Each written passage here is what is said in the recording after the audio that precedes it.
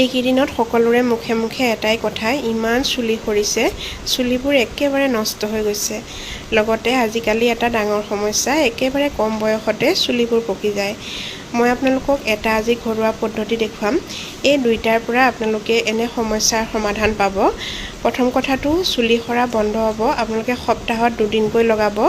মই যেনেদৰে দেখাইছোঁ তেনেদৰে চুলিখিনি আঁতৰাই মূৰৰ ছালটোত ঘঁহি ঘঁহি লগাব। আৰু দ্বিতীয় কথা, পকা চুলি আপোনাৰ যিখিনি পকি গৈছে সেইখিনিতো আৰু ক'লা নহয়, কিন্তু পকিবলৈ ধৰাটো কমিব আৰু আপোনাৰ লাহে লাহে চুলি গজিবলৈও আৰম্ভ কৰিব। এই গছজোপা আপোনালোকে নিশ্চয় চিনি পাইছে। এইজোপা হৈছে জেতুকাৰ গছ। আমাৰ প্ৰতি ঘৰ মানুহতে প্ৰায় জেতুকা গছ থাকেই, আৰু যদিও আপোনাৰ ঘৰত জেতুকা গছ নাই তেনেহ'লে এটা জেতুকাৰ পুলি আনি ঘৰত লগাই ল'ব। বজাৰতো কিনিবলৈ পায় শুকান জেতুকা পাত, কিন্তু আমাৰ যিটো গছৰ পৰা ছিঙি অনা সেইটোৱেহে বেছিকৈ কামত দিয়ে।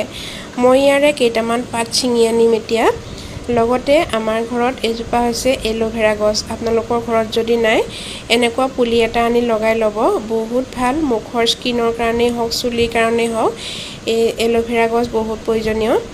এতিয়া মই জেতুকা পাতখিনি এনেদৰে ছিঙি আনিছোঁ। ছিঙি আনি মই এটা টেমাত ভৰাই থৈ ফ্ৰিজত থৈ দিম। বহুদিনলৈ নষ্ট নহয় এনেকৈ থ'লে, কাৰণ আমাৰ সকলোৰে ঘৰততো জেতুকা পাত নাথাকে নহয় জানো।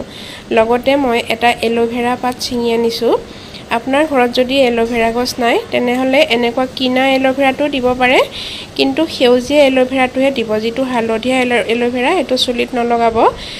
সেউজীয়া এল'ভেৰাটো এনেদৰে আনি ল'ব। এতিয়া মই এল'ভেৰা পাতটো সৰু সৰুকৈ কাটি ল'ম, আৰু যিখিনি জেতুকাৰ পাত আছিল জেতুকাৰ পাতখিনিও মই পিচি ল'ম। প্ৰথমতে এনেদৰে ধুই ল'ব ধুনীয়াকৈ, যাতে তাত একো বালি বা লেতেৰা থাকি নাযায়।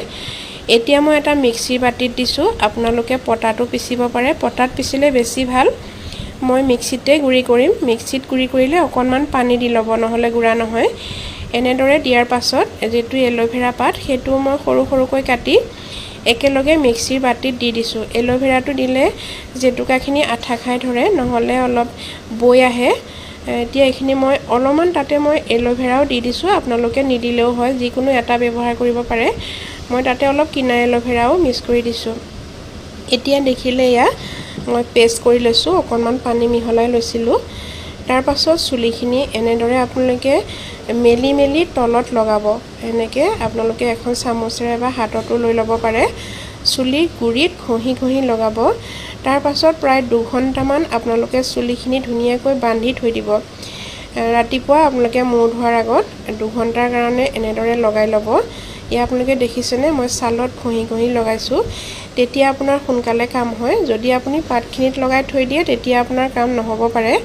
গতিকে মই কোৱাৰ দৰে লগাব, আপোনালোকে অতি সোনকালে ফল পাব। লগাই চাওকচোন, যদি ফল পায় মোক জনাবলৈ নাপাহৰিব।